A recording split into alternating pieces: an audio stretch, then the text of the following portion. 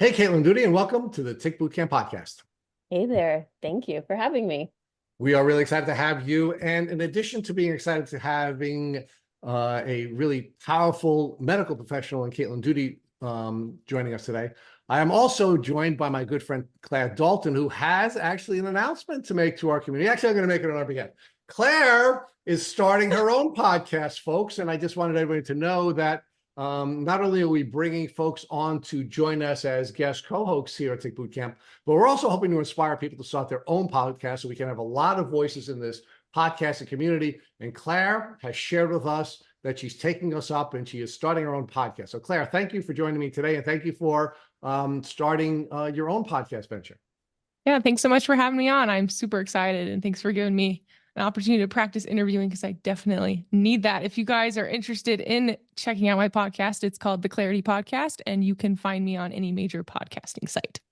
Thank you, Claire. So, Caitlin Doody, talk to us about your background. My background. So I always love the question of like, where are you from? That's a really common background question, right? And it always stumps me because I I just say I was born in Ohio. I grew up in Virginia. I went to high school in New Hampshire. Then I went to college in Connecticut, then college in New York, and now I live in Connecticut. So that's where I'm from.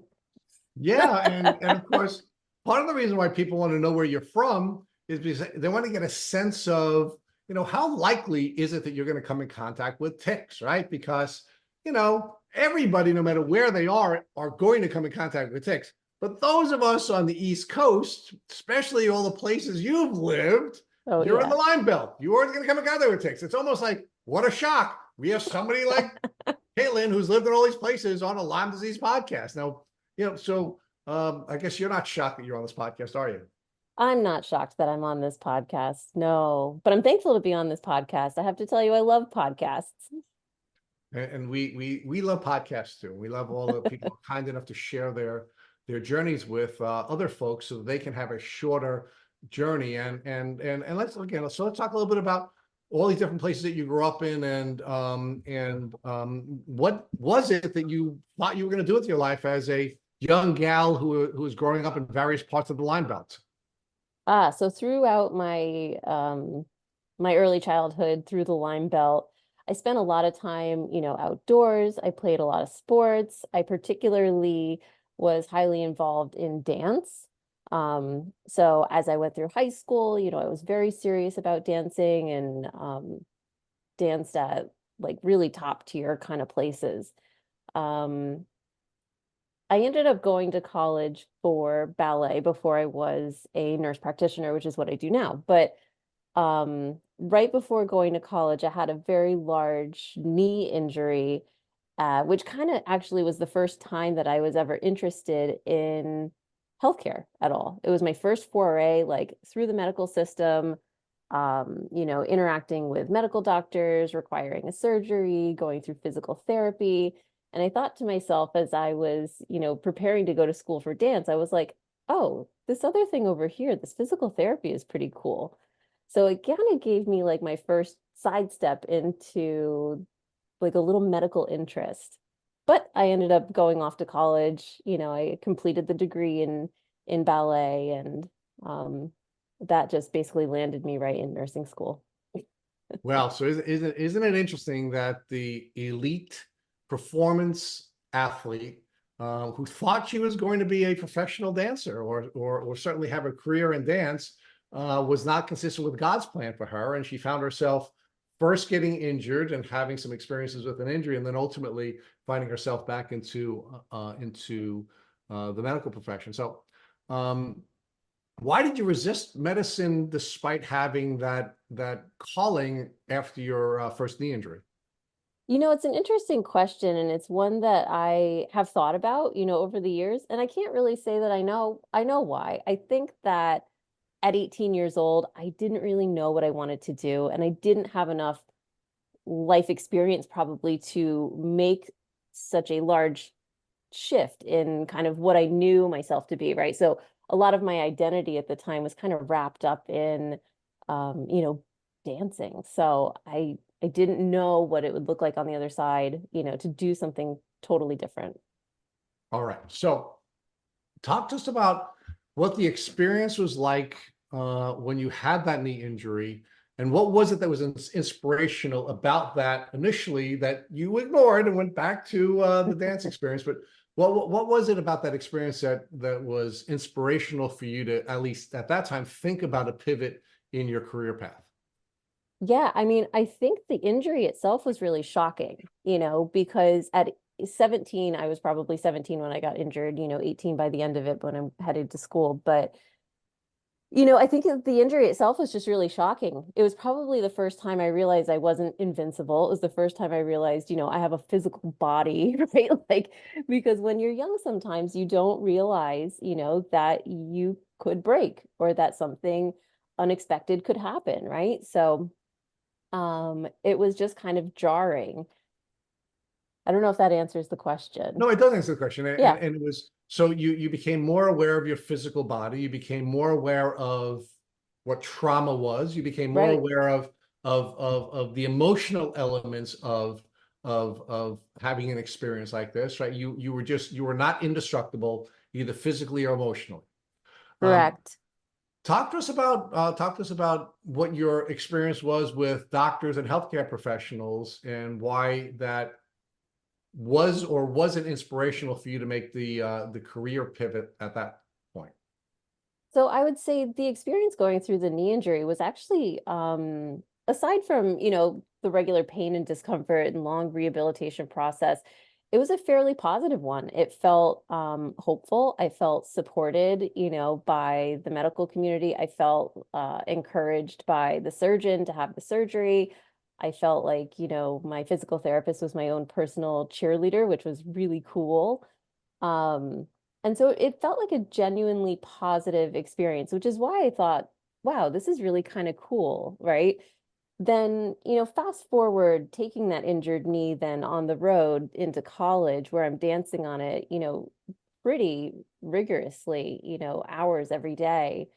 And that was difficult, right? So I rehabbed it to a point, but I hadn't, it takes time to really, really recoup to that kind of top performance level. So the first year or so of school was definitely challenging, but I really kind of felt like I had that internal drive at that point to be like, oh, I'm not going to let this get me. I'm going to get on top of it. I'm going to get over it. I'm just going to push through it. Yes, it hurts. Yes, I feel weak, but I'm just going to like push, push, push. And I did, and I got there, and I felt like I was able to really recuperate to a top performance level. The interesting thing was that kind of when I hit that point, I actually had kind of a bizarre illness that required me to have an emergency stomach surgery in the middle of this college experience. So then I was kind of out again. The emergency stomach surgery was traumatic in a way physically, but it was also traumatic emotionally, which is not necessarily what I had experienced with the knee injury. So the stomach surgery is kind of a mystery. I still don't even know to this day exactly what happened, but I remember I went to the emergency room with stomach pain. While I was in the emergency room, I laid, basically in a bed in an excruciating amount of pain. And medical providers, came to see me and evaluated me and had all sorts of testing and things done. Nobody could really find anything wrong with me. And so they said, we might just discharge you home. And I was like, I can't, like, there's no way. Like, there's no way. I'm in excruciating pain. So they started saying to me, like, well, if you're in that much pain, then you can just sit here overnight and we'll see how things are in the morning.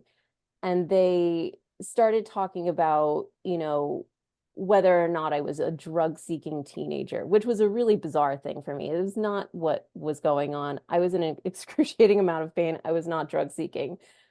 In the morning, there was a decision made to basically have an emergency surgery and explore what was going on inside of me. While they were exploring what was going on inside of me, sorry, hopefully this is not too graphic, but they ended up damaging my bladder. So I came out of surgery with, I don't know what happened, but I know that I had a damaged bladder. But I didn't know I had a damaged bladder for about 24 hours and I started going septic. So I started getting extremely, extremely ill. So the challenging part was that I was telling the nurses and people, doctors, whoever, probably, you know, the person who brought me my food, I was telling the person who changed my garbage, I was telling, like, anybody who came in my room, I was basically like, I'm not okay. I'm not okay. I'm not okay. I don't know what's wrong with me, but I'm not okay. I wasn't able to use the bathroom, right? Like things that you're supposed to do, like after a surgery.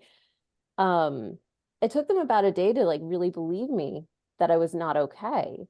And that was the very first instance of severe trauma that I went through in the medical field. So I ended up on the other side of this surgery, you know, having a bladder repair and all of these things, which was very intense for somebody who's like a college student dancing, you know, like this was a really, really intense procedure and process to go through. But I ended up on the other side of it, but I was completely traumatized. Now, the interesting thing about this trauma is that you can either kind of run from trauma or you can run like straightforward into it, or you can kind of freeze, right? Like there's all these different kind of phases. For me, I had the reaction of like, you know, gosh, I can't believe that these people didn't believe me when I was telling them what was going on. I should be a medical provider because I would never do that to anybody. And that was the feeling that I had. And it was like, back again on that circle, right? The first circle was thinking like, wow, physical therapy is so cool. I love this physical medicine thing, the science thing. And then boom, a second trauma. And then that like propelled me to think I should do this because I would never not believe somebody. I would never tell somebody that they were lying or that they were just drug seeking or that, you know, you name it, the things that were said to me. So it put me back on that path again, looking at it and saying like, wow, I really think that I should be a nurse. All right. So now give us the next step in the story. So you are offered an opportunity earlier in your life to make the pivot to the place God made you to be, and you decided you were going to be a dancer. And then you had a second opportunity to go to where you were supposed to be. And this was a much more traumatic experience because the first time you had an experience in the acute care system, and our acute care system is pretty good, right? It generally works, you Yeah. know, break a bone, they're pretty good at fixing it, right? Yeah. Hurt a Yeah. knee, I they're pretty lived, good at I fixing lived, it, I lived right? through it. Right. Yeah. So it's so all of the all of the lies that our culture tells us about the medical system actually were supported in your mind. You go to a doctor, the doctor diagnoses you, the doctor treats you, you get better, you move on with your life until you have the second experience where now you're not seeing you're not seeing the lies that we're taught. You're now starting to see that it's a flawed system, right? And the flawed system, unfortunately, not only results in you having it seems like a more severe injury than you went in with. Yes. So you were physically traumatized, but you're Hmm. now also emotionally traumatized because you're repeatedly gaslit by the medical professionals who are supposed to be listening to you and believing you and trying to help you to get to a diagnosis. So how does that change you, first of all? And does it ultimately cause you to make the pivot that you hadn't made into studying the medical system and becoming a medical professional? Yeah. So it did. I mean, it definitely inspired me. I was still in school for dance. And, you know, I'm one of those people that, you know, for good or bad, when I say I'm going to do something, I'm just going to do it and I'm going to finish it. So I finished up that Bachelor of Fine Arts, and, you know, got through with that. And then as soon as I was through with that, I was immediately starting to search for what do I do next? And I went back to looking between physical therapy and nursing. And I literally wasn't even sure, right? Because I'm so far removed from like what these things actually are. I wasn't really sure what to choose or which direction to go. So I actually just looked at jobs. I was like, let me just look up jobs and like, what are job requirements and how does the job description sound? And I looked at nurses, I looked at nurse practitioners, and I looked at physical therapists. And I read the description for a nurse practitioner and I was like, that's so cool. That is definitely me. That's totally what I want to do. And I was like, oh, but I should be a nurse first. Like I should figure out this nursing thing first before I go become a nurse practitioner. And so that's kind of what launched me back into nursing school. So yeah, the Bachelor of Fine Arts basically just got me to the nursing degree. All right. So you have a bachelor's degree. I'm assuming you're now going to pursue a master's degree in nursing, or were you I did a pursuing a second second bachelor's. bachelor's? It was a second bachelor's in nursing. Yep. So I went to the College of Mount St. Vincent, which is a old time nursing school in the Bronx, Yep. which was very cool. It's a beautiful campus. And they still have nuns there teaching microbiology, and it's very cool. So I went to nursing school there. It was a very good experience. You know, I got to do all of my nursing rotations like in the city hospitals, which is a great way to learn. You'll kind of Sure is. see So, you see everything. just for our national and international listeners, you are in now the Bronx, New York City, the borough that's home of the New York Yankees, and you're now going to nursing school and you're working in inner city hospitals in New York City. Yeah. And while I was in nursing school, I worked as a nursing attendant because I really wanted to get a hands-on feel for working with patients.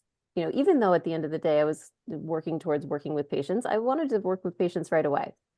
So as I went to school, I worked as a nursing attendant at New York Presbyterian Columbia, which is a, top tier hospital in New York City again.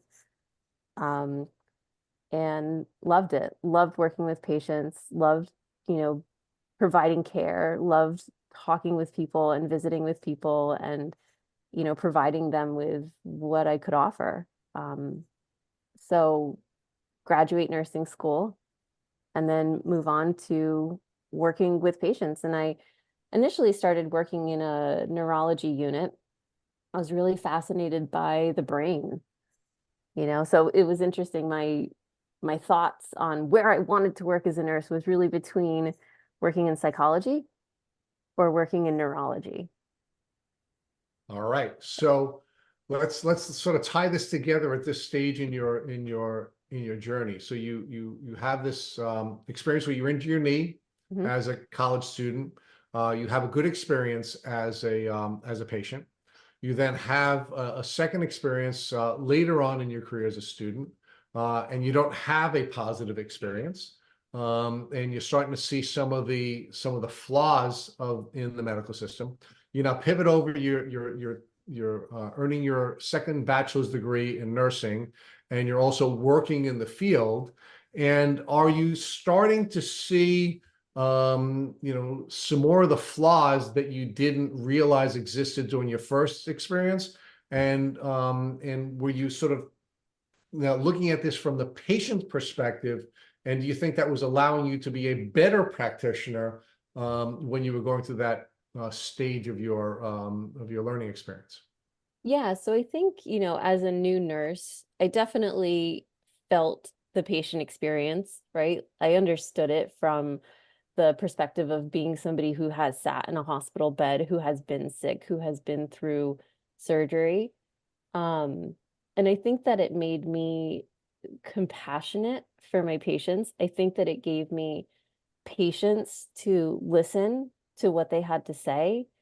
I think that, I had empathy as well for what they were going through. And it drove me to do the best job that I could every day when I walked in the hospital, right? These are long shifts, 12-hour shifts. I worked overnights as a new grad. It was not easy, right? But I had a lot of motivation to do the best job that I could every single day and to provide, the best care. Seeing the flaws in the system was tricky. As a new nurse working at large university hospitals, you have, kind of top of the line, cutting edge stuff, that you're looking at all the time. So I don't know that I had the depth of knowledge, in terms of what was going on, what I was seeing and experiencing, and I was really in very much of a learning phase at that point. So I don't know that I recognized from a care perspective, the flaws as much in the system at that point. But what about when you were working with other doctors and other nurses and other healthcare professionals? Did you see any of those people treating patients the way you had been treated when you were having the bad experience, where Yeah. either accusing people of seeking drugs or malingering or any of the other things that were done to you when you were gaslit? Yeah, I would say I had seen it. It wasn't rampant, like it wasn't every interaction, right? And a lot of the time when you're working as a nurse, you're not always working, in conjunction with another nurse at bedside, taking care of a patient at the same time, having, those private conversations with multiple providers at the same time. So I don't know that I saw it on a regular basis. Did I ever see it? I would say yes. Did I see it on a regular basis? No. But in the cases where you did see it, because I'd like folks on this podcast to get some insight into this, what do you think was the cause of these folks who were engaging in the behavior that was causing this emotional trauma to the people they were gaslighting? I don't know that there's ever a good reason for a medical provider to talk to a patient or to gaslight them. I don't know that there's anything that you can say is causing that specifically, No, but Caitlin, I think there is, right? I mean, let me Okay, challenge you on this because go ahead. I agree with you. There's never a good reason for it, but it's happening. So what Right. is going on in the environment or what's going on in the practitioner's head that's causing them to feel like it's okay to not believe someone they're charged with believing and diagnosing? Is it burnout? Is Could it be. working too many hours? Is it in some cases just a bad day? I mean, what are the circumstances that were coming together with some of your colleagues that you were observing? And I appreciate that it's Yes. not rampant, but if you only have one body, you only have Right. one experience, and if you're the person that just happens to be the 1 out of 10 times it's happening, it's happened 100% of the time to you, right? And you're having that Absolutely. bad experience. So when you were observing that, what were the circumstances that you think were causing these people to engage in that inappropriate behavior? I think certainly burnout could be one of those things on the list, right? And then there's also the concept of moral injury, right? Healthcare providers suffering from moral injury. I don't know if you're familiar with that. And I'm not an I'm expert not. on moral injury. I can try to sum it up for you best I can that, providers are asked to do a job that they don't feel comfortable with morally. And somebody's probably going to write in and give you a better definition for what moral injury really is. But like, let's say you have 10 nurses that are supposed to be staffed on a unit and only 7 show up and they've got to work under protest and they are strapped and they're not going to be able to, whatever, take their breaks, eat food, go to the bathroom. And, they're being asked to pass, a huge amount of meds and do lots of, screenings and things. And they've got to start to make choices like, can I get to this patient in time for this med? Or, how do I justify I've got to be 2 places at once, but I can't. So they start to develop moral injury where they cannot moralistically provide what it is that they need to, because of barriers or things. And so it puts them in a bad position personally, right? Where then they've got to go be face front with somebody who's, having the worst day of their life while they're dealing with a moralistic issue themselves. Yeah, I love that. this is actually a really interesting topic. I actually became friends this year with a surgeon, and we started talking about this because you get a Lyme disease person and a surgeon together, and Yeah. you start talking about medical things. Yeah. And I asked him, I was like, "Is your job really hard? How do you emotionally respond to everything that's going on with your job?" And his answer was honestly, we all develop like a really dark sense of humor because we're around suffering 24/7. And because we're around suffering 24/7, we have a really hard time dealing with it and a really hard time coping with it. And so my response to him was, well, just remember the people you're with are probably having the worst day of their lives too. So we need to all be more compassionate, more caring, more empathetic. But it was really interesting to hear his perspective on the side of the medical professional, whereas I've been on the side of the medical trauma like you, Caitlin. Right. So very interesting to see that perspective. Right. And there's also, the fact that people can become desensitized, right? So if you have enough exposure to a stimulus over and over again, without consequence, to it, then the sensitization becomes less. So if you have patients screaming every night in pain, your response to screams become less, right? It's the same thing. They've done the studies with like call bells, for example, in a hospital. You hear the call bell going off and off and off, and over time, the response rates can be lower, right? So you have to, as a healthcare provider, you have to kind of check yourself and say, like, am I on top of my game? Have I taken care of myself today? Have I done all the things that I need to do to be able to walk in here and be responsive and be able to provide the care that patients need? Because that's ultimately the job, right? That's the responsibility of the healthcare provider. It's not an office job where you can be having an off day and sitting in a quiet, space by yourself, just firing emails off, right? Not that those jobs aren't hard too, of course they are, but they may not be front facing with people who are having the worst days of their lives.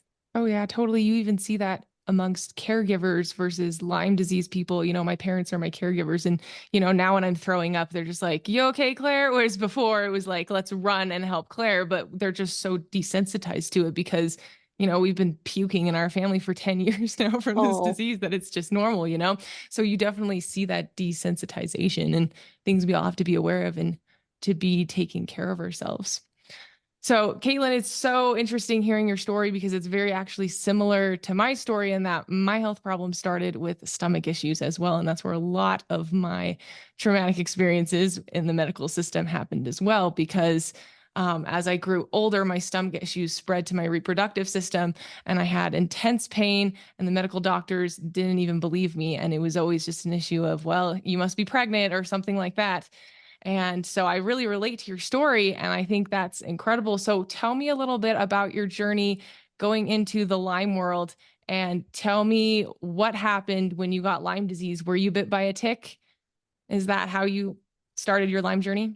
yeah. So it's interesting how I got introduced to Lyme disease. It was definitely not in the way that I think I would have thought I would come across Lyme disease. I was working as an infusion specialist, driving from house to house, in the Hudson Valley, which is in kind of like New York, Connecticut area, a little bit upstate, outside of New York City, like at least an hour plus outside of New York City. And I was driving house to house and I was doing different types of infusions for patients. And I literally just love talking to patients. Like I just love to sit there and talk to them and learn about them. And I was in their home, which is like such an amazing thing to be like inside of a patient's home. Like you just get such a different perspective on the patient versus when you're with a patient who's in a hospital bed, right?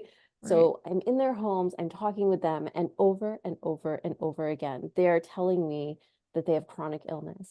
They're telling me that they have neuropathy. They're telling me that they have neuropsych. They're telling me that they have, sudden onset like arthritis. And they're telling me all of these things.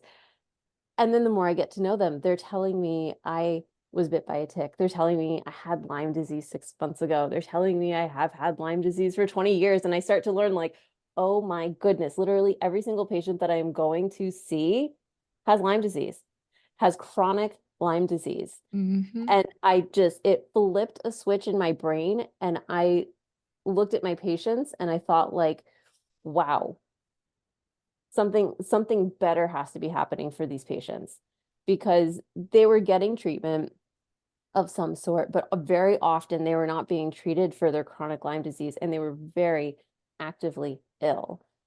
And so it just, yeah, the light switch flipped in my brain and I was like, wow, this is a population of people who desperately need providers, who desperately need someone to care for them. Um, so that's how I first got introduced to it. That's how I first started working with patients. Now, in terms of, I think you also asked if I was bit by a tick, and Yes. the answer is yes. The answer is yes. I was bit by a tick. The tick bite, I didn't find the tick bite. So, this is a story of like hindsight's 2020, right? Right. I was at a wedding in New Hampshire and I'm in the wedding party and we'd all been taking pictures and I'm waiting to walk into the reception and the person that I was walking with said to me, hey, you've got ticks all over your dress. And I was like, what? Now, mind you, I was already working as a Lyme provider at this point. I was already treating.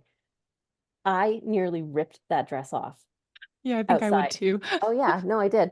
So I basically, got checked from head to toe, in front of everybody in the parking lot, on the side of the road up in New Hampshire in the middle of summer.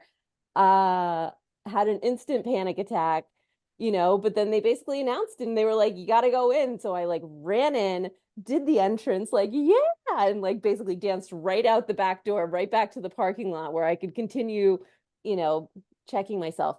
Never found a tick bite. Did 100 tick checks that night.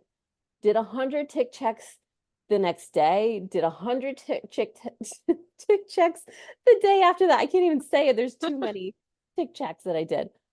Never found a tick. At the same time as I was having this going on, I was also going through a root canal. Now, probably a week after this wedding, I had a swollen lymph node behind my ear. I went back to the dentist and I said, hey, do you think that this could be my root canal? Do you think I could have a swollen lymph node from my root canal? And in my head, I'm thinking like, is there something happening? Is there something going on? Like the wheels are starting to turn. And he thought, you know what? Yeah, it could be your root canal. I said, could I just go on antibiotics? Like, what could I do? He said, yeah, here, do a Z-Pack. Took the Z-Pack, lymph node went down, felt better, kept working on the root canal. Nothing's really going on.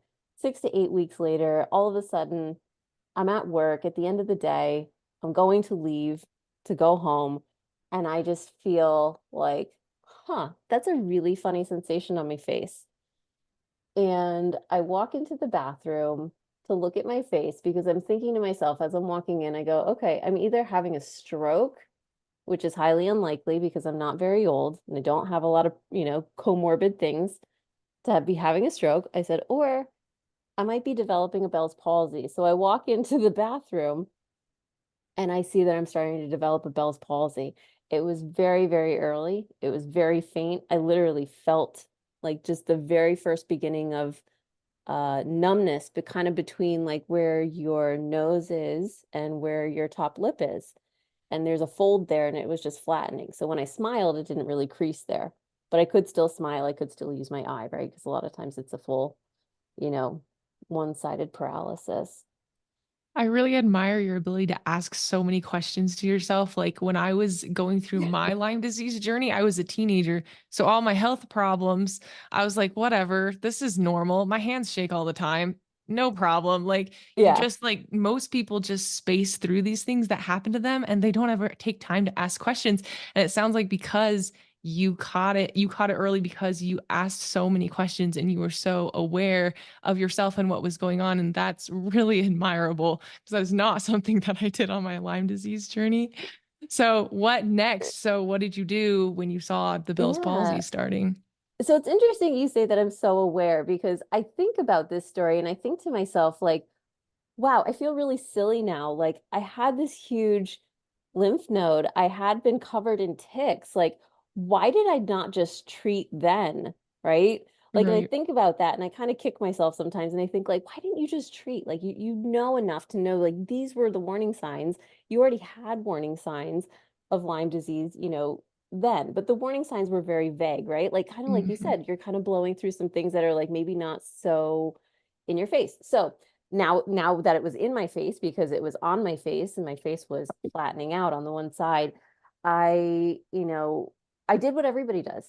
I went into patient mode because I stopped asking questions and I went, oh my God, I have Lyme disease. This is a Bell's palsy. I ran straight to my primary care office. Okay. When I get to my primary care office, I basically just walked in and said, you have to see me right now. I'm having a Bell's palsy. Like this needs to be dealt with immediately. I walk in to see my primary care and he looks at me and he looks at my face and he's like looking at me and he says, huh, I, it just kind of looks like you had a Restylane injection on one side. Spray some saline in that nostril and you'll be fine. I left there and I have to tell you, I was like, well, I guess this is it. I guess I just have to treat myself. Nobody's going to treat me. Like, that's it. Like, you know, kind of like throw the gloves down, like it's on now, right? So I started treating myself immediately. I knew what it was. I then saw one of my colleagues, another nurse practitioner, who ordered some blood testing and everything for me and went through the full workup. And I did. I had a CDC positive, IgG, early disseminated, positive for Lyme.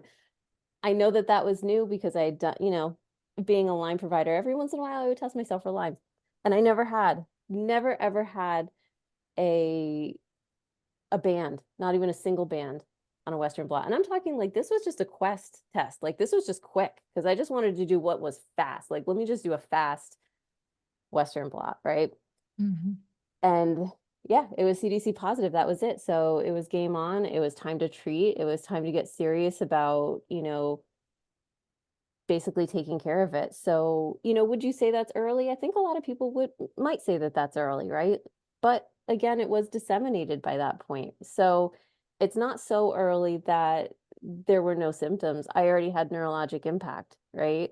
Mhm. So that was something to kind of think about. So in that moment, when I got that CDC positive test, it literally struck panic into me. So I immediately felt terrified. I was like, oh my God. And then I looked back and I thought, I had the lymph node. I had like a couple days where I felt a little funky. I felt better after the Zithromax. Lymph node went down, but then I felt a little funky again. Why didn't I do something about that? Like, I should have known better, right? And I felt really silly for a long time.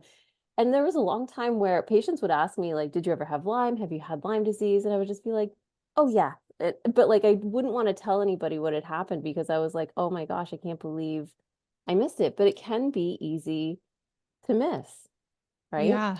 It is so admirable that you caught it actually. Like it's not silly. Like after everything I've been through, I think it's so admirable because there is a problem in society where people are denying that they're sick because they want to fit in with the culture. And if you're sick, very few people want to be around you. That's just kind of how it goes. So people deny and they deny and they deny and they don't get the help they need and they don't get the help they need because that'll make them different. It won't make people like them. At least I see this a lot in my culture and I'm in Yeah. Utah. So it's probably very different in other states. But across the board, I see people not wanting to be around people who are sick. And so we just deny. But you're like, I know what's happening and I'm going to get right on it. And that is so admirable because healthcare should be preventing sickness, Right. not, you know, dealing with it when it's so bad that we're dying, you know? So I think that's incredible. So tell us a little bit about some of the things that you did to treat your Lyme.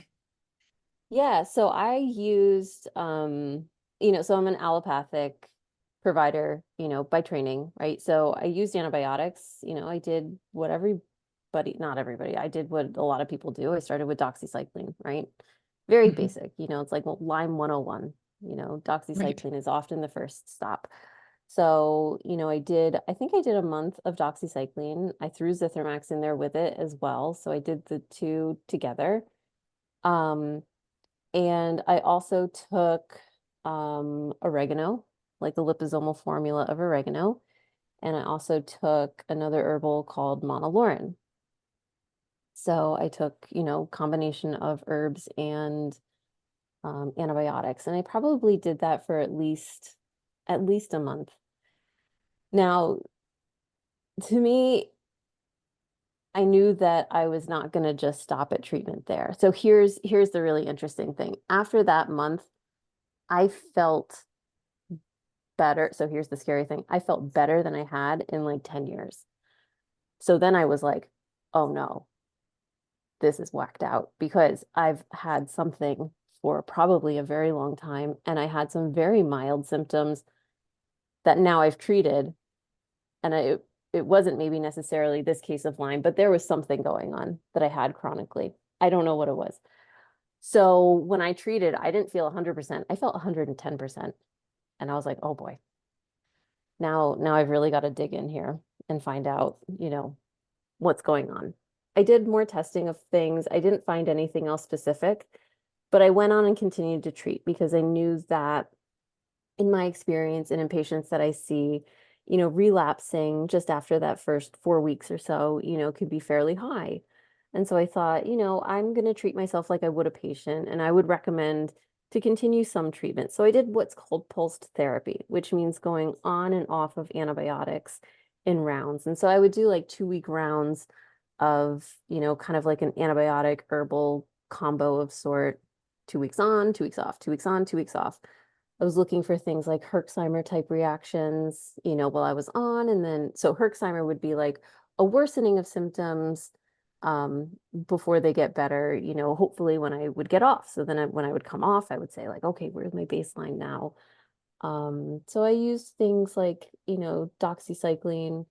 I tried tetracycline. I did fluconazole, um, and then herbs, including like oregano and monolaurin, Japanese knotweed, trying to remember what else, cryptoleptis. I saw a naturopath during this journey as well, which was hugely helpful, working with a naturopath. So I probably did a good 6 to 8 rounds of antibiotics. And then after the antibiotics, I probably maintained herbal treatment for maybe another 6 to 8 months. And that got me most of the way there.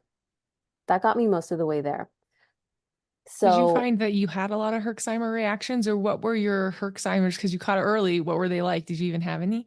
I didn't. Well, it's hard to say. So like I had a very bizarre reaction to tetracycline. And I don't know if that was technically a Herxheimer type reaction. I saw an allergist. I thought maybe it was a type of allergy, but basically I would take tetracycline and get fevers. Mm. And I took it 3 times and the fevers kept coming sooner and sooner and sooner. Like, I mean, 102 fever, like really disgusto, like, Mm-hmm. you're like a wet rag in the bed type fever. Sure. So, um, so I don't know if that was a Herxheimer type reaction. I didn't revisit it. I didn't try to treat through it because I found that there were other things that were working for me and I was feeling well. So sometimes you have to make a choice with treatment, right? Like, do you push yourself so hard through treatment just to find out just because, or do you say, you know what, there's other things that are working for me right now and that's okay too, right? Right. There's Yep. no 100% right or wrong. Um, but there's a series of choices that you can make, right? Oh, yeah. I think a lot of us Lyme patients learn that exact lesson. Every Yeah. single one of us at some point, we have to learn it. So I want to ask you questions about trauma, about medical trauma, and Mm, what part did that play in this journey? Because you talked about how you had medical trauma when you had your yeah. stomach issues and your surgery. So tell me about what part that played in this journey, and if your medical trauma was affecting everything you were going through while you were dealing with Lyme disease. Yeah. It's a good question. And I would say I definitely was affected by my medical trauma. So trauma is one of those things that um, can just stay with you, right? So the first knee trauma kind of primed the pump, right? In a way where I developed, probably a new neural pathway for the body and brain to kind of just get on track and say like, boom, there you are, here's your trauma, right? Then I have that second stomach surgery and it was like, yep, we know that pathway. Here's your trauma again. And then I get that positive, Lyme test, and knowing what I know and working with the patients that I work with, I was like, boom, here I am, trauma again. Like that's it, And I I had that like strike of panic, when I got that Lyme test, but I don't know that I initially recognized that I was really kind of like manifesting a lot of trauma type responses in my body, like physically in my body, right? Through my Lyme journey. But when I got to the end of treatment, and I told you I was feeling like 110%, it was like all of a sudden, I was kind of like this fatiguey type person a lot of the time. And it was like, oh my God, I don't have fatigue anymore. That's so weird. Like, even to the point where my husband was like, who are you? Like, I've known you for so long, and like all of a sudden you're not the tired one anymore. Like, this is weird.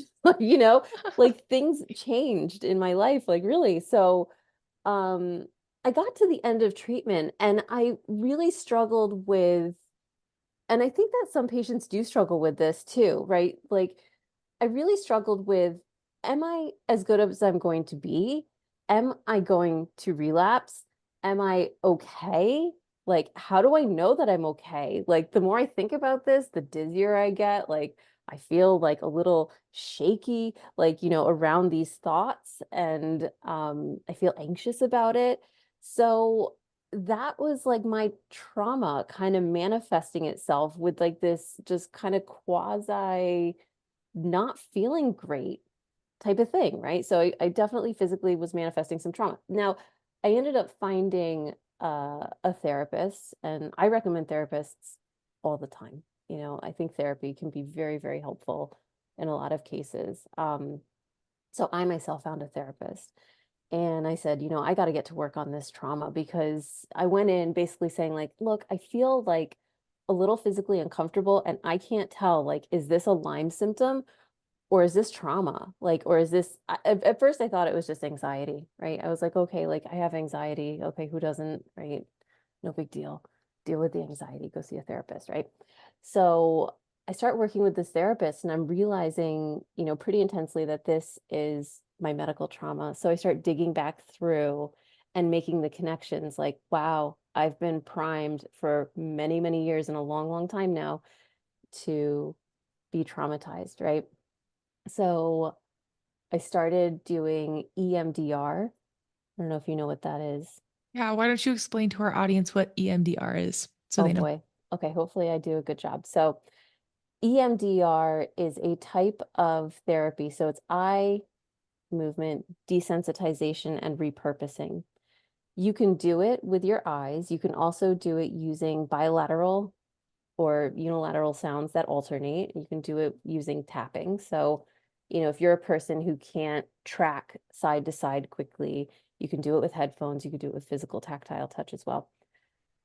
What you do during EMDR is you usually bring up the traumatic event, and you start to kind of unpack, these memories, and then you process them or think about them while doing this, you know, side to side movement with the eyes or the sound or the tapping, right? And what that basically does is it reduces the kind of like the way that I think about it is, or the way that it worked for me, I guess I should say, is that it reduced the bite of these trauma events. So, like, my traumatic events used to be very vivid. I used to not be able to talk about them without crying or like clamming up or feeling anxious over them. And now I've done a lot of this EMDR processing, and they feel like they don't feel sharp anymore. They feel dull. They feel rounded, and they feel like I can recall them, but it doesn't have to be so vivid, right? They're a little bit muted. Okay. So it didn't like erase my memory or anything, but they're just not sharp. Does that answer the question? Well, yes, that totally makes sense. As I've been healing from trauma on my own journey, it's like all of a sudden you wake up one day after having like panic attacks over these things in your head. And then one day you wake up and a trigger comes and you can handle it. And you're like, Right. oh my goodness, Right. something amazing just happened with healing, because I've been panicking over like this tiny little trigger for years and now it's gone. So yes, I Right. totally relate to that. Was there anything else that you did to help with your trauma that you found that helped you a lot? I found the EMDR to be the most helpful in taking really like the bite out of those triggers, right? Like exactly like you said. So for me, just closing up that Lyme experience of being like, okay, like, oh, I turned the other day and I felt a little dizzy for a second. Like, is that my Lyme? And then it was like, I was able to take kind of those triggers and remove them. And then I realized that I really was stable. I really was okay. And was able to accept that I had done as much treatment as I needed at that time. And that if I needed to go back to treatment, I had the tools and the ability to do it. So Caitlin, I'd like to step in here for a second and join the conversation because you're talking about one of my favorite topics, and that is the impact that trauma has on your neurology and the impact that it has on your vulnerability. And the question that I want to ask you is, well, I think I'd like to build out for our audience one thing, which is you're either going to have the sympathetic or parasympathetic expression of your nervous system, right? The sympathetic being fight or flight, the parasympathetic expression being rest or digest in very general terms. And we know that what happened to you during the course of your life is that you had these traumatic experiences, which, as you explained, had developed these traumatic neural pathways, which made you made your triggers much more sensitive. And my question to you is, do you believe that you are more vulnerable to Lyme disease as a result of the past traumas and the neural pathways that had developed from the past traumas, and therefore made your immune system less capable of managing the bugs that ultimately caused you, I don't mean the bug that bit you, but the bugs that were spit into you, more likely to make you sick? I think it's certainly possible. I don't know that I could ever answer that question 100% for sure, but I think it certainly is a possibility, right? I can't remember the studies off the top of my head, but there are studies that show, high levels of PTSD can be just immunosuppressive, right? So even like measuring PTSD, certain scales will say that, if the PTSD is at this particular level, it could be immunosuppressive, right? Well, So I yeah. think it's more than it can be. I think the studies have definitively demonstrated that when we're in the sympathetic expression of our nervous system, what's happening is everything's shutting down because we're in protect mode, right? We're in survival mode. And when we're in survival mode, actually, we can only do 5 things, right? Our digestive system shuts down, Hmm. our immune system shuts down, right? We're either fighting, fleeing, fainting, freezing, or fawning, right? So when we're in, for folks who are suffering from PTSD, what's happening is they have a constant, not only do they have very, very sensitive triggers, but they're constantly in that sympathetic expression of their nervous system.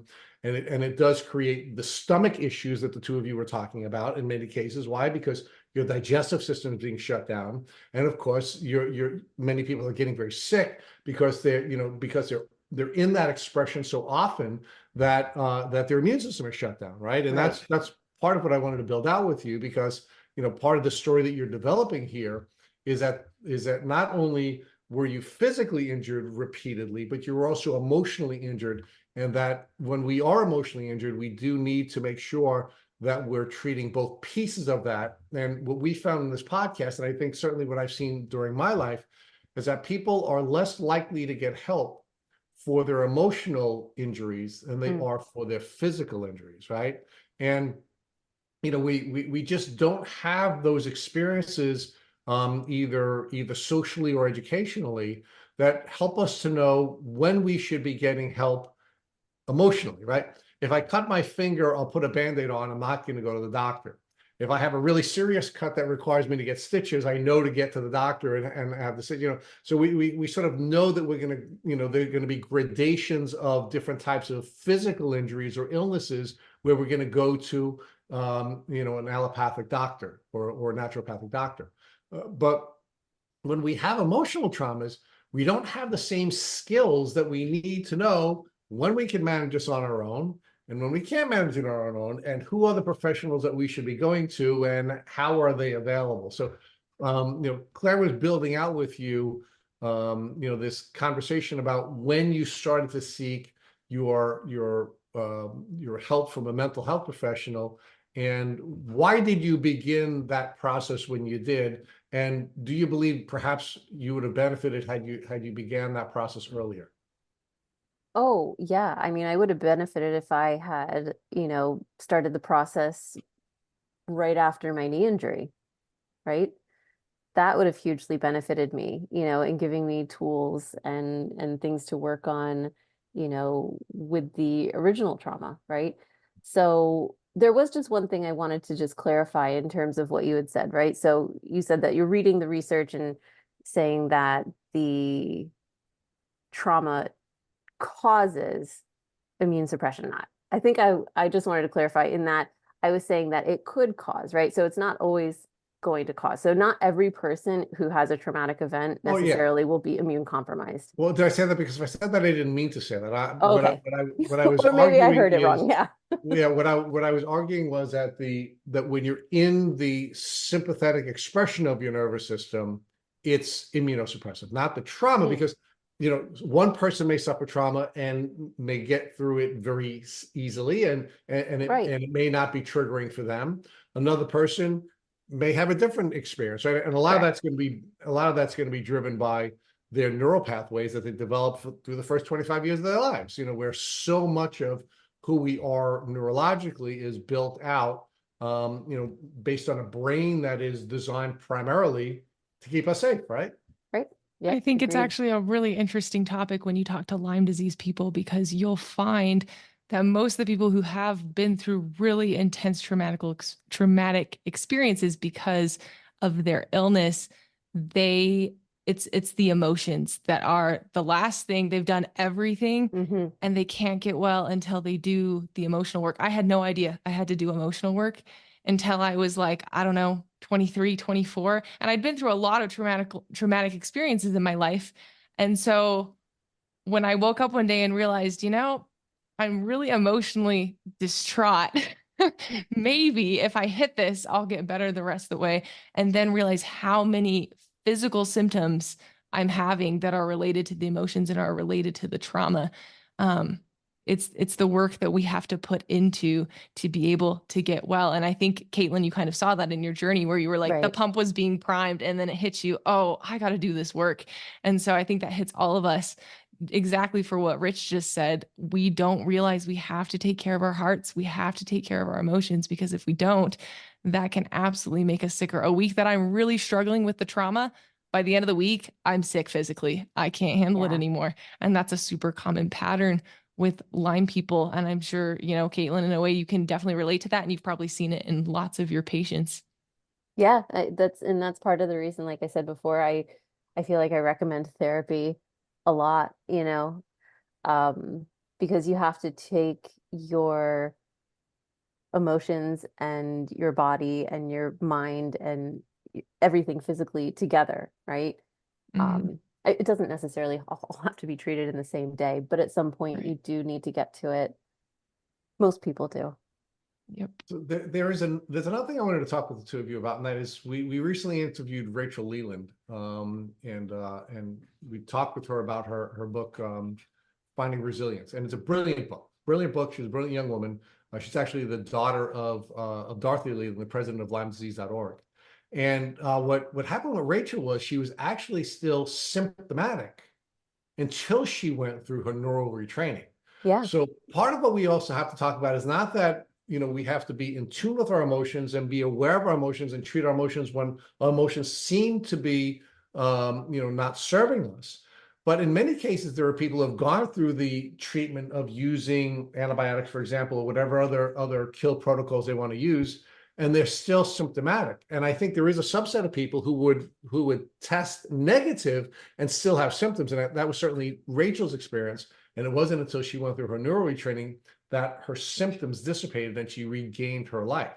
So, Yeah. it's not just that you're not feeling well. You could still have the same exact symptoms you had before you treated, because your neurological system is continuing to respond to the traumatic experience with the same exact symptoms. Right. And that's exactly what was happening to me at the very end. Was I had like a handful of things and I just thought to myself, I've really hit this pretty good. Am I going to keep going in this direction to try to treat this thing, or is this really like a trauma response? And getting in with a therapist, figuring out that a lot of this was very much a trauma response, I was able to kind of close that gap and finish off the treatment. So, Caitlin, do you ever find that you have fear that it's going to come back, that you still sometimes have that traumatic response where the fear comes in and you're like, what if I get sick again? Or like if you're exposed to ticks, what if this happens again? Do you ever experience things like that? Yeah, to a point. To a point, I do, right? The reality is I do still encounter ticks. I live in Connecticut. I have dogs. I walk my dogs, I go to the park, So I do still encounter ticks, and I take all the preventative measures. I know, now that I would have a very low threshold to treat myself again, for a suspected tick bite or, whatnot, or really for a tick bite, if you don't suspect the bites that you don't have, right? Yeah, But that's true. so, and I had a tick bite since then. I was in New Jersey and I was bitten by a tick, and I treated myself for it, and I did a lot of self-care and meditation and a few therapy appointments, and thankfully, knock on wood, did not feel ill and haven't felt ill. That was a few years ago. But yeah, I do feel like, like my hackles go up when I see ticks, or if I think about like, oh, what's lurking in that brush as my dog's like trying to trail off, and I'm like, a little, Right. Yep. So Caitlin, what is your prophylaxis protocol, if any, to deal with ticks? I'll just share with you what mine is. Mm. After I guess a tick bite that I had, I mean, I get bitten by ticks all the time, right? I mean, I live on Long Island, I have dogs, I have ticks, in and around where I live all the time. And I decided, I guess about 2 years ago, that I would start to take the Restore Kit, Mm. Dr. Rawls's Restore Kit. I actually take 50% of the Restore Kit every day because I know that I'm going to be coming in contact with ticks. I have concerns about taking antibiotics all the time. And I Mhm. wanted to find a way of sort of striking the balance between prophylactically protecting myself and not having to be on antibiotics all the time. And as a result of now being on the Restore Kit, what I did with my last tick bite last year is I actually did not take antibiotics prophylactically. I actually went on the full Restore Kit rather than going on antibiotics. So give me a reaction to the way I'm dealing with living in a tick endemic community, and how I'm prophylactically dealing with that element of my concerns. Yeah, I think, there's no 100% right way to do these things. So if you find a protocol that you feel comfortable with, that feel like you've done your research, you've read up on it, and you feel good about doing, then go for it. I don't, I don't have any qualms, in terms of people trying to treat themselves for things. I typically, for patients who see me, I typically would prescribe antibiotic prophylactically. If I have a patient who's like really not wanting to take an antibiotic, I may recommend something like that, that they could go look at, but it wouldn't be something that I would prescribe, right? They wouldn't see me for Yeah, like a no, Dr. look, Rawls Restore Kit, right? and look, I am not anti-antibiotic. I mean, we've had some folks on our social media accuse both me and Matt of being anti-antibiotic, and both of us have repeatedly been on antibiotics. Matt Right. on IV antibiotics on two separate occasions. So we are hardly anti-antibiotic, but I also think that we have to look at the tool and decide whether or not it's the best tool for us at any particular time. And we Yeah, do have to be aware of the impact that antibiotics have on our gut health as part sure. of that consideration, right? So that is one of the things that I'm always thinking about. But I do think we have to be concerned about what Claire has said, which is reinfection, and Right. making sure that we are aware of the tools we have available to us to take care of ourselves, right? So there are actually two different frameworks that I want to run by the two of you that we've developed here at Tick Bootcamp that we're going to start actually releasing on a YouTube channel that Matt and I are starting soon. We actually built a studio recently in my office, and I had to renovate it before we even had our first taping because we had a flood in my office. So we've had now two renovations on a podcast studio before we taped our first episode. But the first thing that we've identified as part of doing our work with building out the tick bite blueprint was that there seems to be this pattern that we can use to protect ourselves from getting sick from a tick bite, and we call that our ACRE formula, where we develop tools on how to avoid ticks, meaning knowing where ticks are and Mm-hmm. how to protect ourselves from coming in contact with ticks, either by avoiding these shady and moist places where they find them, where they find themselves, or of course, using different types of tools to repel the ticks from you, either on your clothing or on your body or both. And we call that the avoid part of our protocol. Then, of course, there's the checking, right? And regularly checking. And one of the things that I do here as a resident of Long Island is I check myself every day, at least twice a day, in the morning before I get dressed, and then at night before I go to bed. And we have a very specific protocol on how to check.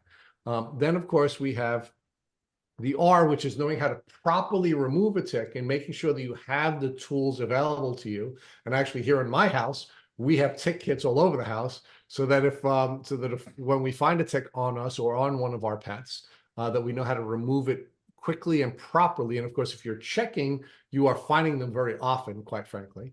And then, of course, there's the early intervention phase of our protocol, which is what are you going to do to treat the area where you're bitten, and what are you going to do to treat your body to support your immune system, whether using antibiotics or other tools after you get bitten. So, Caitlin, I'd like your reaction first as a tick bite professional. What do you think about the ACRE formula? I love it. I love it. I think it's fantastic because that's the real life practical stuff that every person should know, not just people who are living in Long Island and not just your friends or not just people listening to this podcast. Literally, that should be public knowledge, right? That should be something that maybe is taught to kids in schools. That should be something that's like part of a education process with a primary care provider, because if we can prevent these illnesses, that's the gold standard, right? Claire, like you had said before, like our healthcare system, right? It would be so wonderful if we could just prevent these things. And these steps are really simple to do. Everybody can do these, right? And if you can't do it for yourself, and you have a care provider to, help care for you, they could do these steps. These are not complicated, right? They're not. So, Totally Claire, what's your attainable. reaction to the ACRE formula as somebody who would be concerned about getting reinfected? Yeah, I think I probably have a little bit of a different perspective just because number one, I live in Utah. So Utah has ticks, but not the way that you guys have ticks. So I'm a farmer and I get flack on my social media all the time for people like, why are you standing in your grassy field and you have Lyme disease? Like, what are you smoking? And I'm like, there's no ticks in my grassy field because we have death by winter for our ticks. Okay. If I want to get bit by a tick, I have to go in the mountains. Granted, I don't want to get bit by a tick, but I do go in the mountains a lot. And so that's when I follow, what you just laid out for us, where, we check for ticks and we're pretty good about, making sure you wear long pants and you're doing all the preventative stuff. The one thing I would add is I'm more of the natural mindset because of everything I've been through with Lyme. It's so important to be encouraging people to protect their health, whether they get bit by a tick or not. So that includes drinking pure water, having a clean diet, making sure that we're eating as organic as we can, giving up things like sugar, soda pop, coffee, alcohol. I know people hate it when I say that, but man, it will make a difference in your health. For sure. All of the preventative stuff of just taking care of our bodies, getting enough sleep, especially the young people in this world. They don't understand that, yes, you do have to sleep or you're going to get sick. Don't sit on your phone for 5 hours at a time because that can make you sick. So doing all these extra preventative things that is really just healthy lifestyle, but we've kind of come away from it because we have instant everything. We have social media that's instant. We have fast food. We have instant gratification, instant entertainment. Everything is instant. But health is just a beautiful lifestyle that we can shape for ourselves. And as we choose to align ourselves with healthy lifestyle, we will stay healthy and there will be less and less need to go to the doctors and, need for the medications and the antibiotics. So I would just add to what you were saying with all the preventative stuff, healthy lifestyle is crucial to staying well. Whether you get bit by a tick or not, I was never bit by a tick and I lost my life for so many years. So be healthy, live healthy. That's huge preventative care that everyone needs to be aware of nowadays. Amen. I love that, and I couldn't agree more. But unfortunately, our society is becoming less and less healthy, getting less and less sleep, getting less and less Mhm. exercise, getting fatter and fatter and fatter. And, I think you're right. Our immune system is more likely to be able to manage these microbes if we are engaging in a healthy lifestyle. And I hope you can get that billboard out there, Claire, and get everybody to, eat better food, get more sleep, and get more exercise, because they certainly would be in a better place. But I have another framework that I want to discuss with the two of you. Another part of what Matt and I are going to be developing on our YouTube channel, and that's going to be our PARM formula. We're constantly looking for patterns, and then trying to turn the patterns to frameworks and ultimately formulas, right? Because we want to make it easier for people to get through this journey. And you two are so smart. I want to get your reaction to another formula, which is our PARM formula, or a Parmesan formula. Matt and I are both Italian Americans. We have to bring Parmesan into this, right? So what we've seen with the folks who have been successful in healing from Lyme disease is we see this pattern developing, right? We see folks going through this phase of prehabilitation, which is the P in our PARM, where they're getting their sleep in order, for example, and they're getting their diet in order, for example, and they're getting their getting their movement in order, and they're just getting themselves ready for the battle. It's almost like going through basic training if you're in the service, right? And then after the prehabilitation phase, they go through the assist phase. We don't like the word kill. We call it assist. We're assisting our immune system, because it's ultimately your immune system that's going to win the battle. But sometimes we have to support our immune system by reducing the microbe load. And there are a number of different tools that people use to reduce the microbe load. So we call that the A phase of our. Then we have our R, which is our rehabilitation phase of this. Where you're now rebuilding the body that has been in many ways broken down by either the bugs that were in your system, or the way you treated the bugs that were in your system, right? And then we ultimately have our M, which is our maintenance phase, where we now have to take all these tools that we've developed during the course of this journey, and we now live the beautiful lifestyle that Claire has just been talking about, where we're now maintaining our life. But we also have this toolbox with us, so if we start to feel badly, we're now more in tune with our body and in tune with our emotions, and we know the things that we individually need in order to be able to be healthy and to be able to overcome these things. So okay, let me ask you first, what do you think about the Parmesan framework that I've come up with? And do you think that's consistent with what you've seen people use successfully on their healing journey? I think so. Run me through each letter again, like a quick P is prehabilitation. rehabilitation. Okay. A is assist, or what most would call the kill phase, where you're Yep, got it. using tools to reduce the microbes in your body. Yep, R is rehabilitate. Oh, you're going through this phase of rehabilitation. And I do yep, want to talk to you about physical and emotional rehabilitation. yep. And then M is the maintenance phase. So we don't either relapse or have a backslide. And of course, part of maintenance is also making sure that you're using smart techniques so that you're not getting reinfected. So we're concerned about both reinfection, which our Acre formula should help you with, Right. or with having a relapse, because you may be backsliding and engaging in maybe unhealthy behaviors that, some people might be able to engage in, but going out and getting all liquored up, for example, is really not a wise thing for someone to do if they had been on a Lyme disease journey. So it's prehabilitation, assist, rehabilitation, and then maintenance.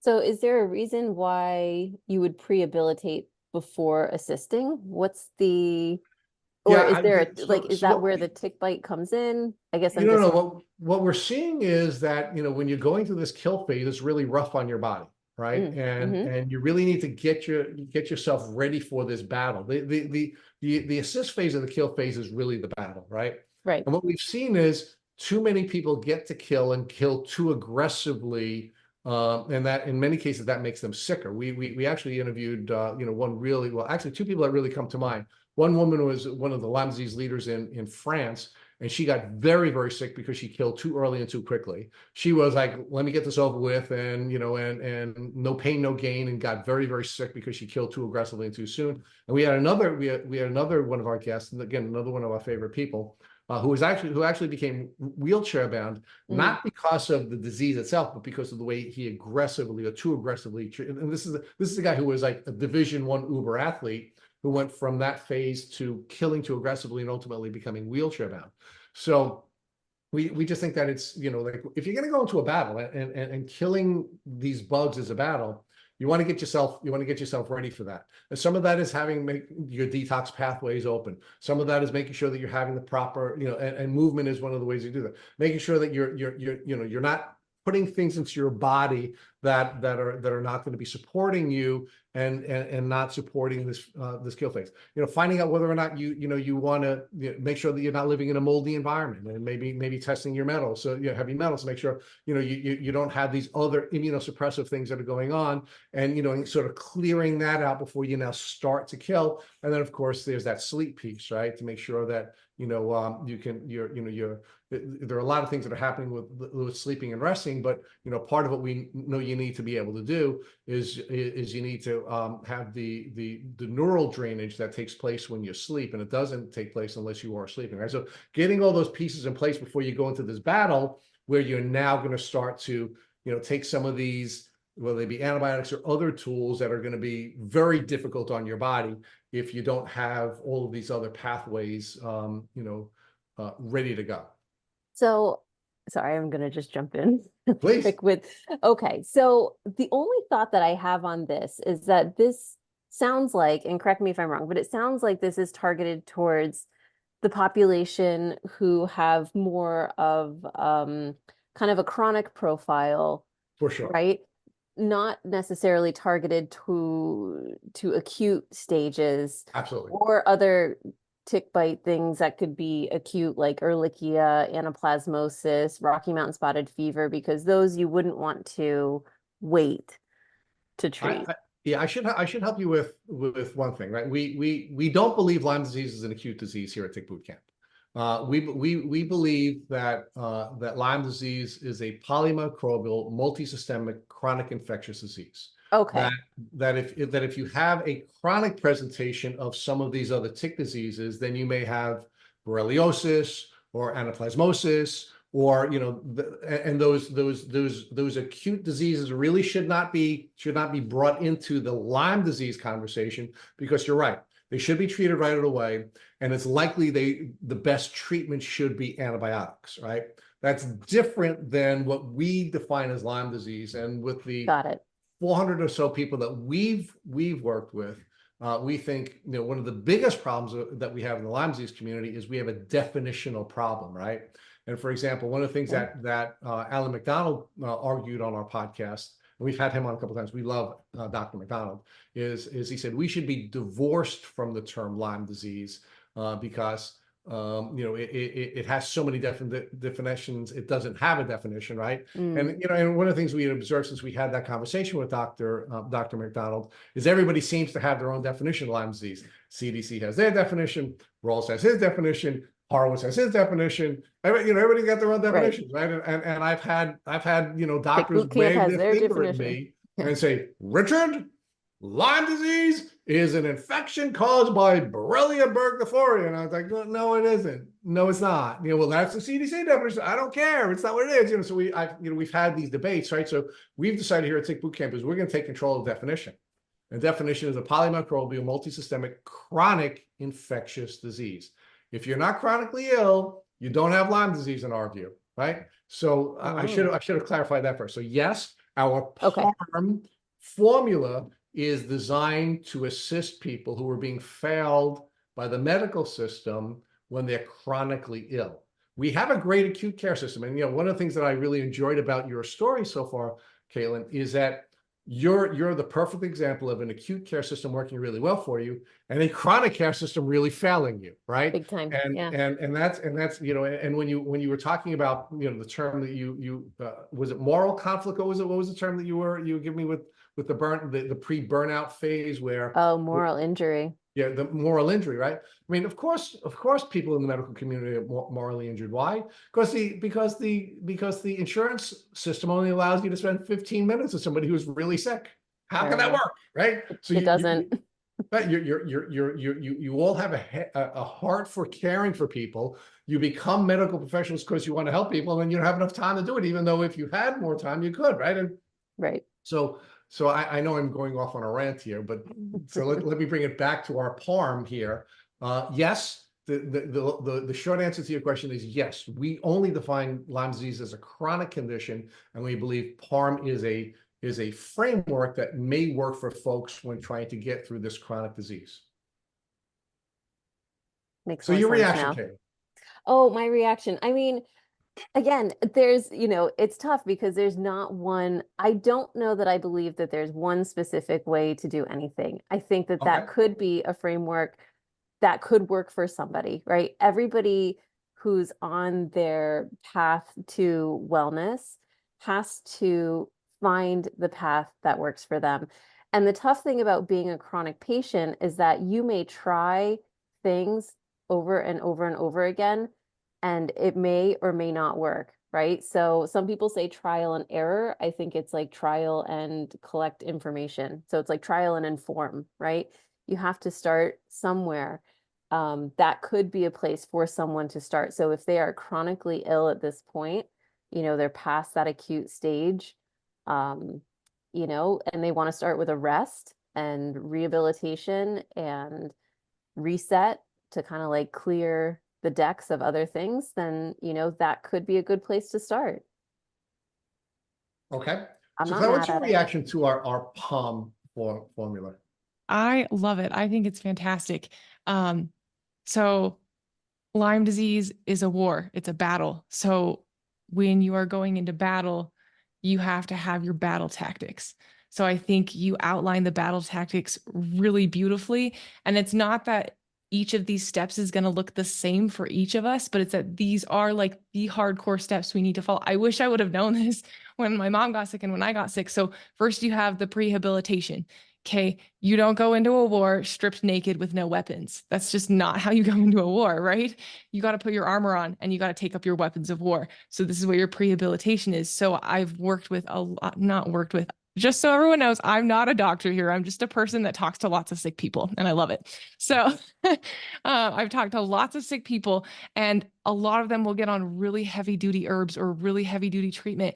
And it makes them so sick that they're going to die from treatment before they even get better from the treatment. And so what I tell them is you got to get your detox channels open. You got to make sure you're going to the bathroom. You got to make sure you're eating organic. You got to make sure that you're getting enough sleep. All those things that I just talked about, you got to start your prehabilitation or you're not going to be ready. I take about 4 dropperfuls full of cryptolepsis for twice a day for 3 days every single month. And that's really, really intense. Like most Lyme people would be like, Claire, how do you do it? Okay. Because I worked like for years and years and years to get to the point where I could take that much cryptolepsis. I would never recommend that to someone who's just beginning their Lyme journey because it would straight up kill them. Like that would be so difficult on somebody. So you got to get all of your detox channels open. You got to be ready to go into war.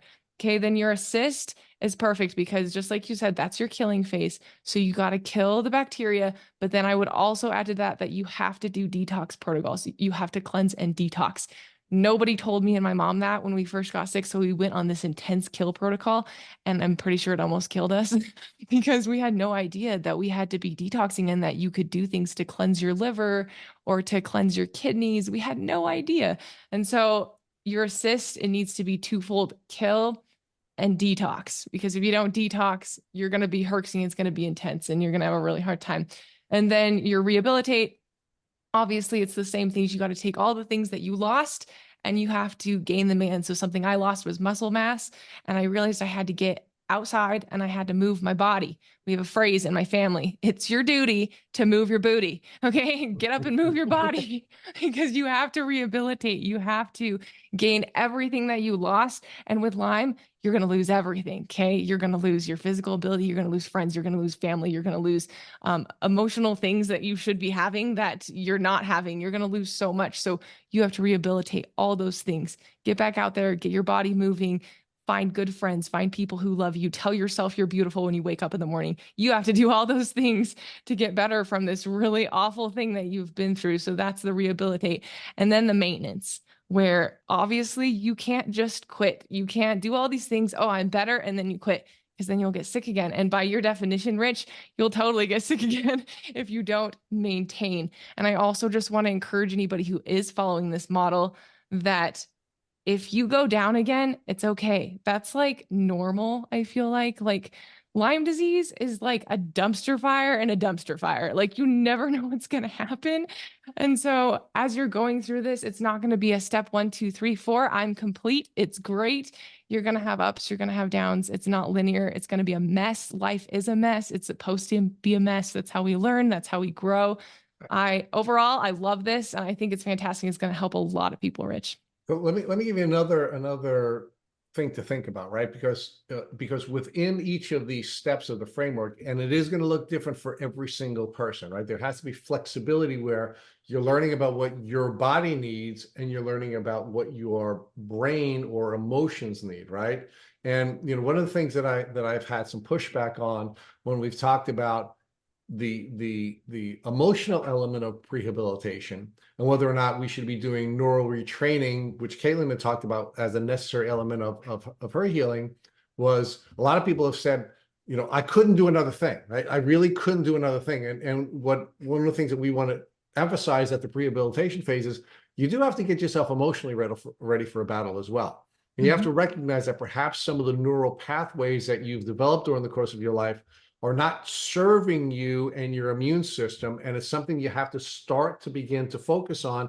And at the very least, we'd urge you to, find a mental health practitioner to help you to work on some of these issues preliminarily and help you to get through this battle and help you to, to help deal with your emotions. And again, there are some tools that, that folks are thinking about in this phase, with working with therapists, working with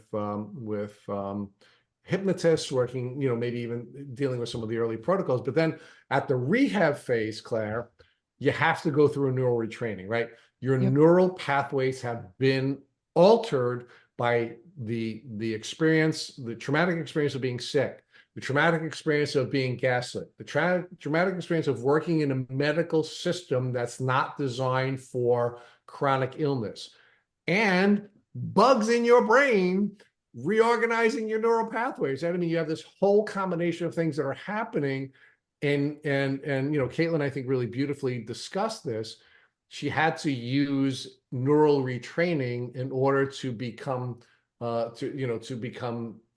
symptom free, right? So Caitlin, give me your reaction to the emotional element or the neurological and brain elements of rehabilitation and rehabilitation. So prehabilitation, is interesting because, I don't know, it depends where everybody is. Everybody's on a different For sure. Part of their journey when they're coming to this, right? Like when they come to this podcast, when they find your PARM, when they find, or they decide like, this is the way that I'm going to treat, this is going to be my path, these are my steps. So it's very hard to kind of speak to it in a black and white way, right? Because the prehabilitation will look differently for everybody. Absolutely. If you have been sick for 6 months and you've done no antibiotics, only herbal treatments, and you're 90% better, your prehabilitation may look different than, someone who was born with congenital Lyme and has never known wellness. And, I don't know, like, Absolutely. And it's not to judge it's not to judge them in any direction, right? Like these are non-directional things. Yeah. This is the judgment-free zone, right? When you had asked before whether or not you could share too much, not on this podcast. You cannot overshare on this podcast. Okay. So I think that they're both important, from the mental aspect, right? Because it is a process. And as you go through, if you do something like a PARM step, right, then you would prehab. And then as you go through a treating phase and then you have to rehab, you will be a different person than you were before, right? Every experience through these journeys will change you in some way. I love that. Not all bad. Some are good. I have patients that, find themselves for the first time in their lives going through Lyme treatment. They're forced in a way, to confront things, or I find patients that, reach like just a different level of well-being and peace in their life, healing from things that they didn't even know that they needed to, because this process can really put you in front of things that you didn't know that you needed to face. So talk to us about that, because we're gonna start winding down the podcast now, Caitlin. Mm. Talk to us about how your personal journey has been transformational for you. How did you learn about what your gifts and talents were? How did you learn about your purpose? And how are you feeling fulfilled by pursuing your life as a Lyme practitioner in a way that you would not have been fulfilled had you not gone first on this journey of becoming a trained medical professional and ultimately specializing in the Lyme arena? So many things to say, there's so many things to share. Please say them all. It's a great question. I hope I could answer all of them. So, okay. I almost want you to repeat the question because I had like 1,000 thoughts come through my head and then So they all fell I'll break out. it down into two pieces. I want Okay. you to share with us. You began to foreshadow this question where you said a lot of your patients Mm, have learned about themselves and learned about who they are and learned about their talents by going through the Lyme journey. got it. So Okay. I want to know about what you learned about you, right? Because this Got it. whole journey that you've been sharing with us is one where you were understanding that you are a healer, that God made you to be a healer. You thought you were going to be a dancer. You thought you were going to be an athlete, and you are those things, but that's not what you were made to do. You were made to help people to heal, right? So talk Right. to us about how you learned about that element of what you were created to do by going on your personal medical journey. So I think that, my personal medical journey, was primed and started like back with that original trauma, right? So if we kind of fast forward through those two traumas, and I'm working as a nurse and I'm finding Lyme patients through the Hudson Valley, that upstate New York, Connecticut area. And as I'm finding these patients, now this is such a full circle thing to say. I start listening to a podcast because I'm driving from house to house and I love, love, love stories. So I love to listen. Like I love the medium of just putting earbuds in and just driving and seeing patient to patient. I started listening to a Lyme disease podcast and I realized that in listening to this podcast, that my superpower, right, if you will, and I'm, No, saying this not if you facetiously will. because I don't think I'm super powerful, but No, you are. my superpower, believe it or not, even though I can't remember the questions that you're asking me, my superpower is usually listening. I love to listen. I love to hear what people are saying to me. I love to hear the narrative and the story and to gain an understanding of what it is that people are experiencing and going through. And so I think that over the years, kind of using my superpower of listening and really pulling information in down deep where I can understand it and digest it and think, what does this person really need? What are they really saying? What are they really, really telling me? I started to kind of develop this understanding of kind of the pulse of what was happening with Lyme patients. And that's what had motivated me, right? To going into treating Lyme patients. Now that I treat Lyme patients as a nurse practitioner, and this is, what I do full time, I see patients coming into my office, for, an illness that they've had for 3 months to an illness that they've had for 20 years to, you know, whatever. You run the gamut. I see it, right?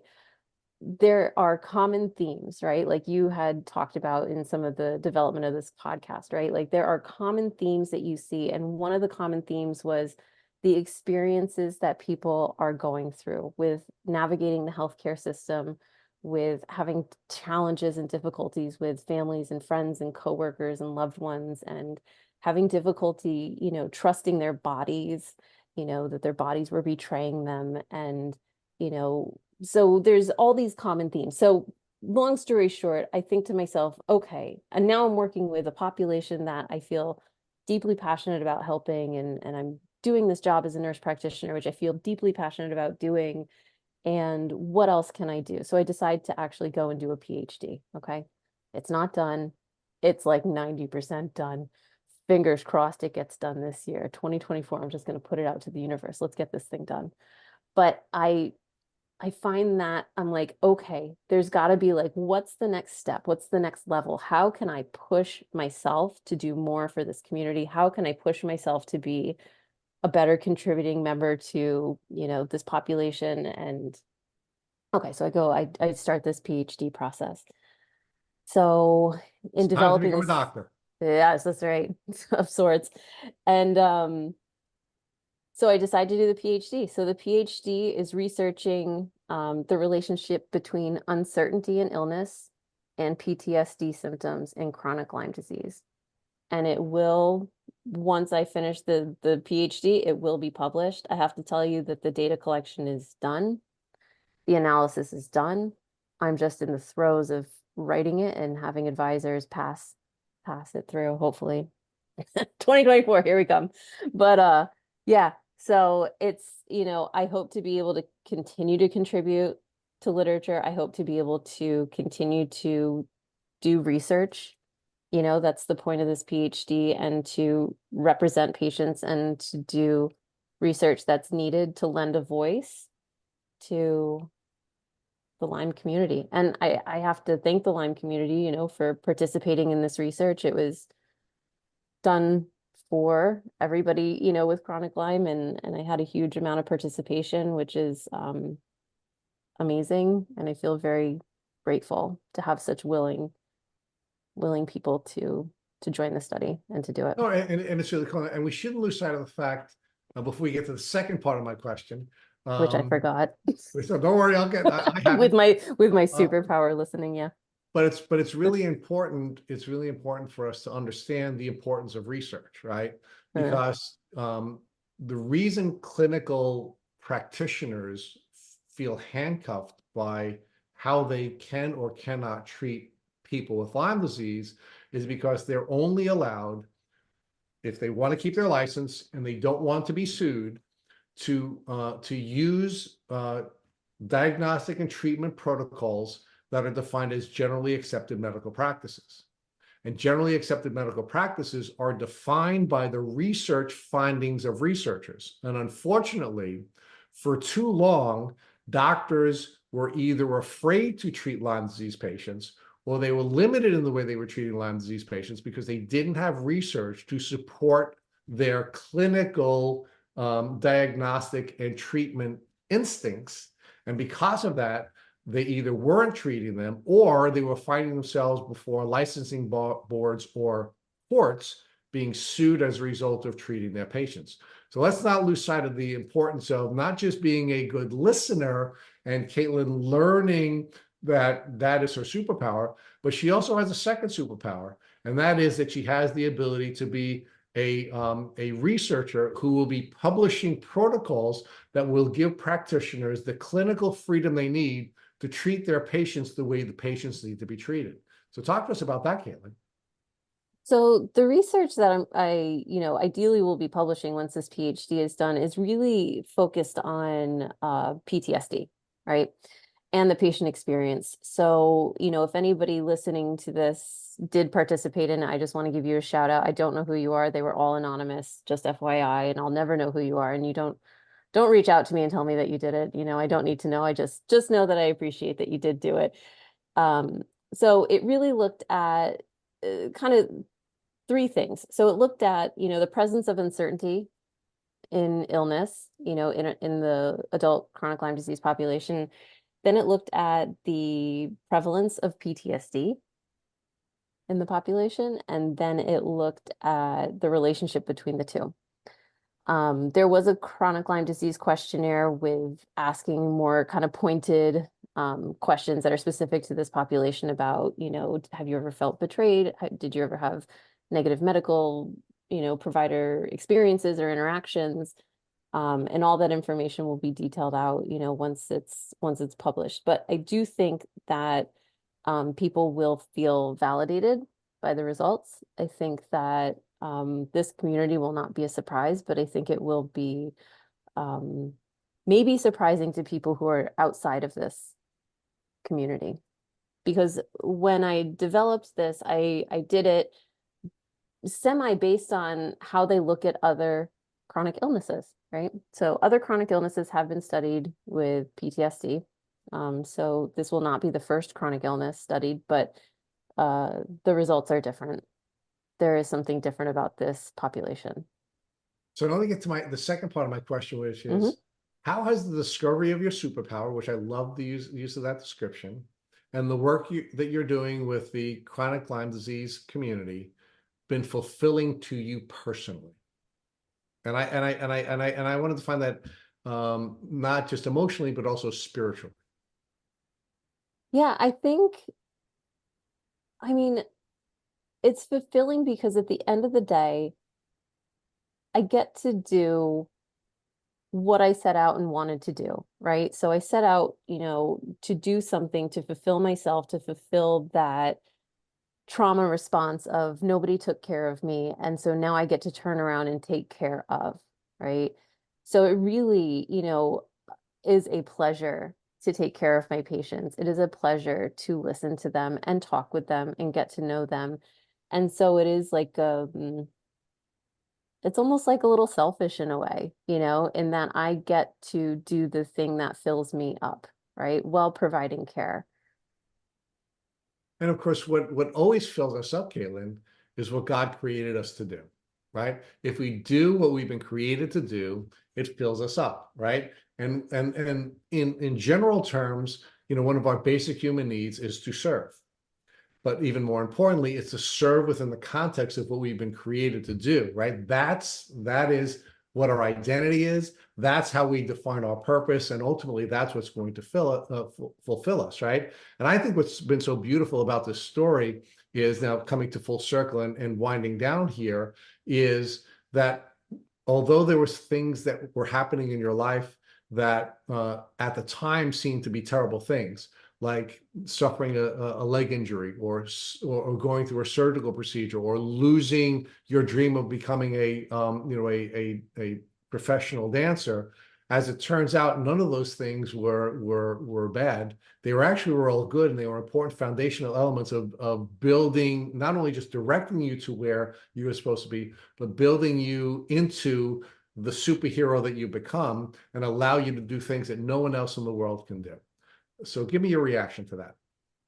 That's incredibly kind. And I appreciate that. No, I mean, that makes me smile. That makes me feel, that just makes me feel warm and fuzzy, truthfully. That's Well, very kind. Thank you. I just want you to know, as we wind this down, Claire and I see you.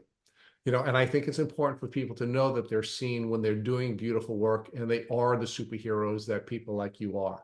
So thank you for doing all the things that you're doing, and know that you are seen by us. And this has really been a beautiful experience for me. I won't speak for Claire, I'll let her speak for herself before I ask you the very last question that we ask everyone now in the Tick Boot Camp podcast. I'm actually going to ask you and Claire this. But I'm going to ask you first, Caitlin. What are the 3 low cost or no cost recommendations that you would make for people to utilize when they're on a Lyme disease journey? Low cost or no cost. I think that meditation or some finding moments in your day to find stillness or pause or silence can make a world of difference in just stopping yourself from being on maybe the hamster wheel of sickness and thought. And So calming your brain. You believe that it's important to use tools that will calm your brain while you're on the treatment path. I love it. Next.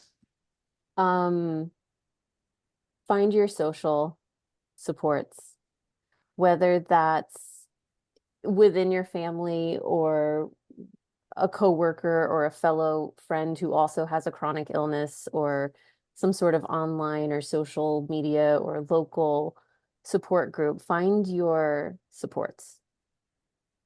Love that. It is very important to be supported and to communicate to people that are close to you what your needs are, so that they understand what we need and we understand what they need, whether that be, again, people in your family, people in your social circle, or finding people in the Lyme community. We always want to be careful that we're in healthy Lyme groups, not just with folks who are unfortunately sometimes not in a healthy place and can be triggering to us. Okay, and number 3, Caitlin? Number 3, just scheduling some sort of self-care, right? So some people, do meditation for self-care, and you can use those kind of stillness protocols and things, but, find a list of 3 things that you can do to just take care of yourself and actually just schedule it, even if they're really not the things that you used to do. Find new things. There are things. Okay, so you're arguing that it's not just self-care, but it's scheduling self-care as part of your daily, weekly, or regularly scheduling However, things right. that are going to serve you, that you enjoy, that are hopefully going to give you a break from all the hard work that you're doing in overcoming the challenges that are created by Lyme disease. Yep. Okay, Claire Dalton, please give us your 3 low-cost or no-cost recommendations for folks who are on the Lyme disease journey. Okay, so my first one, I'm going to align with Caitlin here, and definitely meditation would be my top one. So for me, that looks like prayer and spending time in God's word. I'm a farmer, so a lot of the times it looks like going in my field and just being in that stillness, because there's power in nature. And so meditation, take time to be still, take time to realize that it's okay to just be calm in your mind, and don't let your meditation time be sitting on the floor and staring at a wall because you're so panicked about everything that is going on in your life. Because for a while, that was my meditation. Make sure you schedule that time for your meditation, your time with God, your time to be still, your time to zone into the peace that you can find. So that's my first thing. My second thing is diet, because I'm such a food nerd. And that's been like one of my really proud things, is learning how to cook and eat really good food, even though I feel like crap, and nothing made me feel good after eating it for so long. So get on a diet where you feel good when you're eating again, and you're eating healthy so that your body can function. Those nutrients are so crucial. People always kind of poke at me when I eat, because they're like, Claire, you act like eating is like the best thing in the world. Like, because I lost that and now I have it back. So eat healthy so you can get it back. So do you have any recommendations of how you're going to define eating healthily? For example, I think one of the things that Tom Bilyeu in his podcast argued is that the closer we are to eating food in its natural form, meaning meat should look like meat, and vegetables should look like vegetables, and the closer we are to food in its natural form is the way that we should be eating. Or do you have some other perspective on it? Yeah, so I'm a farmer. Okay, so I got Lyme disease. I was going to be a vocal performance major. I went from wearing sequin dresses all the time to wearing mucking boots and heavy jackets. Okay, why am I a farmer? Well, not because I like hanging out in cow manure. Okay, I'm a farmer because I like food. Okay, so make sure that the food that you're eating is organic, it's pure, it's non-GMO, there's no extra hormones or chemicals that are being sprayed on it. You want your food, just like what you just said, as close to nature as you can possibly get it. So talk to your local farmer, find out what their growing processes are. The best thing you can do is buy local. And I will always tell people to buy local, because I want my local people to come buy from my farm. But buy local because it's so good for your health. I've been on every diet under the sun, and diets are just not sustainable. Your diet should be eating organic and give up all the processed junk. And yes, that totally includes sugar. And then learn how to cook in a way that makes you happy with your organic, natural food. Okay, and number 3? Number 3 is make sure you take time to laugh and surround yourself with people that make you laugh, because I think that's something I lost along my journey. And the more that I realize that I'm surrounding myself with people who are healthful and happy and joyful, and they're people that are healthy for me, we laugh a lot. Those are the people that are good for me. So make sure you're laughing. Laughter is the best medicine. So Yeah, those are and my top three. you know, and that's it's an interesting perspective. I mean, we've learned that on this podcast from several folks that there are behaviors that we can engage in that are immunosuppressive, but there are behaviors you can engage in that are immunosupportive or immuno enhancing. And actually, laughter actually does enhance your immune system, right? And one thing that Ali Hilfiger shared with us when she was on this podcast was one of the most important things she did on her healing journey is she found movies and particular actresses that she found to be funny. And she would regularly watch these movies and a particular actress that she found to be very funny, but she would watch these movies while she was going on her healing journey, and she knew that was something that was helpful to her healing. So and there's a lot of data on that as well. So Yeah. do things that will make you laugh so that you're further supporting your immune system. And I So would even add to that, learn how to laugh at yourself. Like, I feel so awkward in my life. Like, I'm just this awkward 20-something-year-old girl. And then I realized that I can either be awkward or I can be absolutely hilarious. And they look exactly the same, but it's just how I'm looking at it. So learn how to laugh at Perspective. yourself because we're all awkward, especially in Lyme disease. Life is awkward and it's uncomfortable. So just learn how to laugh at yourself. You'll be so much happier, even through all this hell that we go through that is Lyme disease. well, I love that. So I can't thank you enough, soon to be Dr. Caitlin Doody, for sharing this really powerful podcast with us and your really powerful journey. And I thank you for all the great work you're doing for the folks in the community. And Claire Dalton, love you as always. Thank you for co-hosting with me. You're so much better than Matt. I can't even count the ways. And you know, I know folks are going to love the contributions that you're not only making to this community, but you're making to the larger community with your podcast. So thank you both for spending time with us here at Tick Boot Camp. Thanks so much, Rich. And thank you, Caitlin. It's been a pleasure interviewing you. Oh my gosh, it was such a pleasure, you guys. Thank you for having me.